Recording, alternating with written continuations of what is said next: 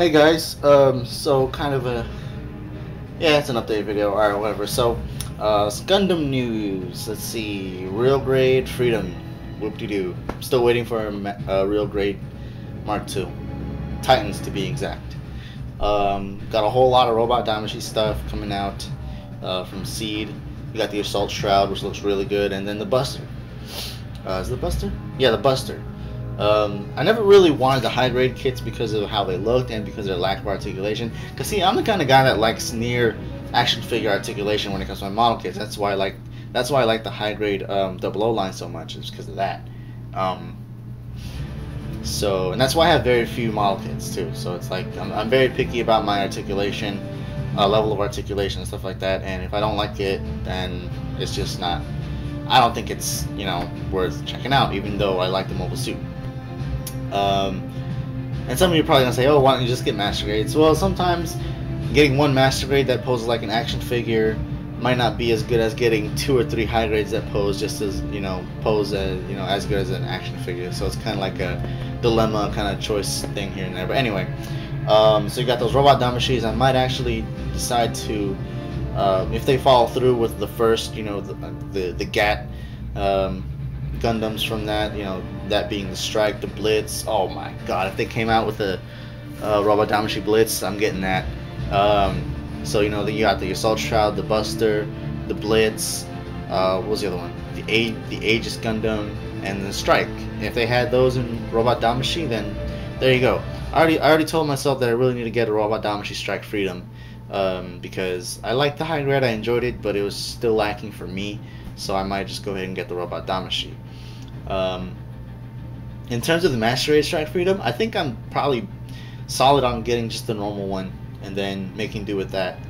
To be honest, because I can go without the effect parts or whatever else comes with it, gold plate or whatever. That's like whatever, it's whatever to me. So I'm just gonna go ahead with the normal cheaper release. So yeah, that's that. Let's see. Model kit wise, I pre-ordered 2 high grade Age 1 Gundams because I wanted one in normal color and then I wanted one in Titans color, or painted in Titans color.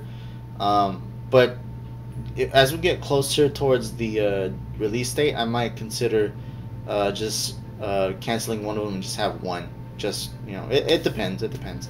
I also pre-ordered. What's I pre-order? Master Grade 007 Sword G. This is all happening. This isn't happening now or today. It happened all throughout this month.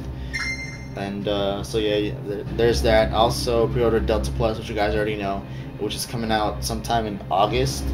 So I'm excited for that. I'm definitely going to follow through with that. There are other releases that are coming out in like September. 007 Sword G being one of those. The Age 1 high grade being another. There's this Revoltech Optimus Prime from Dark of the Moon, which I really want, but it depends. It really depends. I didn't pre-order that though, so that's why I'm saying it depends. I might get it maybe like at a second batch release, because I really want an Optimus Prime from Dark of the Moon with that the new six-pack ab design or whatever. And then it's a Revoltech figure and it comes with lots of accessories, so I figured it'd be a good addition. So yeah, that's that. Let's see, other Gundam news. I think that's enough. I mean, a lot of the other stuff has been pretty much announced and talked about from other guys. I think the biggest one that a lot of people are talking about is the real grade Freedom, but I don't really care about that. Still trying to get a real grade Strike. That's gonna be my first real grade. But if somehow we get a real grade Strike Freedom before I actually get a Strike, then there you go, I'll go for Strike Freedom. Or if there's a Mark II before any of that, then I'm going to get that first.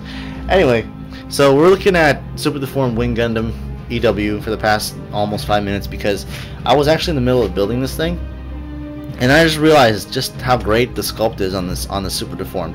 It's really, they got the sculpt down. They really translated the Master Grade details and sculpting down to the Super Deformed, like really good.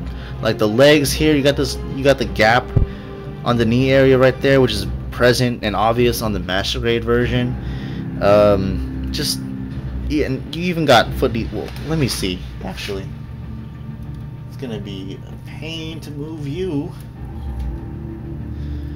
But oh, yep. Pretty much. Here's Wing Zero Customs foot creeping up, and then there's the EW Super Deformed foot design. So it's actually dead on. It actually is dead on. That's cool right there. So small things that you can appreciate about that Super Deformed that I could say, oh god, now I can't even get them back into the shelf. Here, let me just set them over here. Don't fall, please. Okay, so yeah, really great detail, really great sculpt, great in colors. Just looking at that there, just seeing these colors just all distributed like that, I'm eventually gonna have to get myself a master grade Wing Gundam for a KA or EW or whatever, because of the colors and just because of the way it looks. And I like the mold. I really do like the mold. You know, regardless of the hands or it being outdated, I still think it's a wonderful looking model kit and look great on the shelf and stuff like that. So that's cool. So if you're asking me already, even before I come out with the review, is this model kit worth it? Is this Super Deformed worth it? Yes, I think it is, because of the details, the colors you're getting. It comes with a stand, it's transformable, and it's a fun Super Deformed overall, and it's a newer one. I think you're gonna get your money's worth. So I'm already gonna tell you this is worth the time and the money you spent on this particular model kit.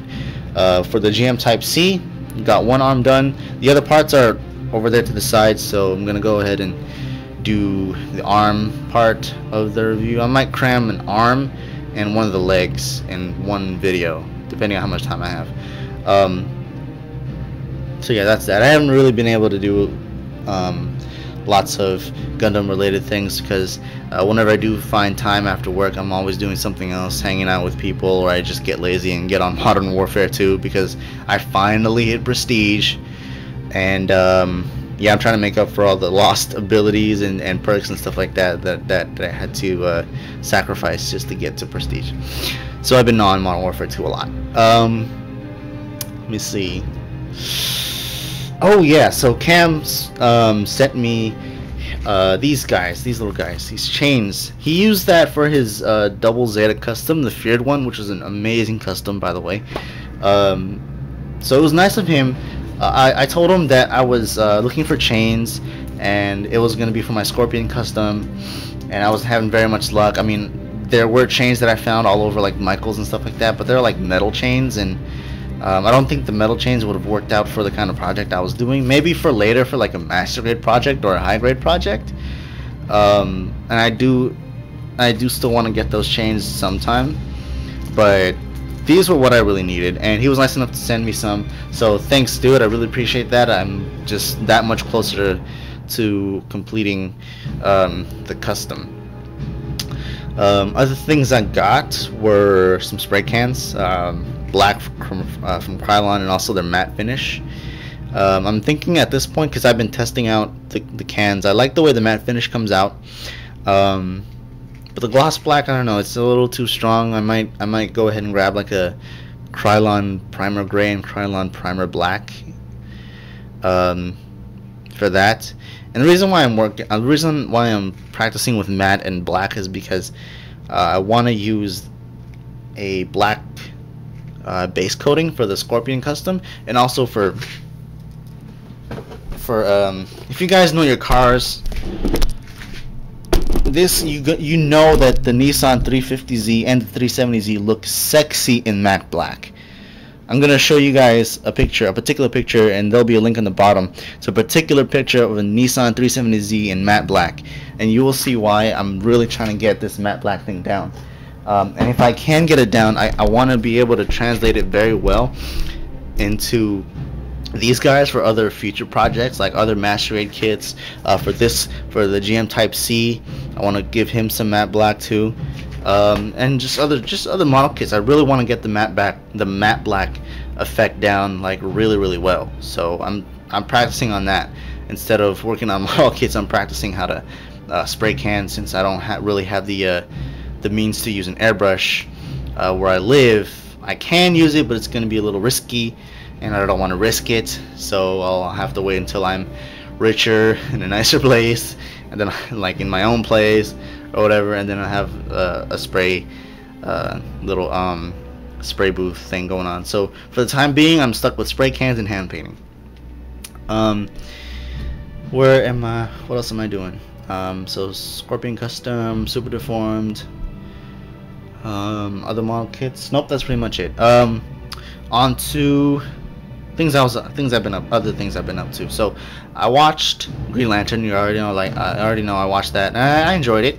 I watched X-Men First Class on bootleg. Let me switch over here because this is where the stuff is. All the stuff is at. Let me take this off. So I watched X-Men First Class, Green Lantern, Dark of the Moon probably a couple times. I'm gonna watch it a third time with some other friends. Captain America is coming out next week, so I'm gonna watch that too. I'm saving doing reviews on these guys until after I see the movie. I'm gonna do it with these guys. I'm probably gonna do it with other future things too.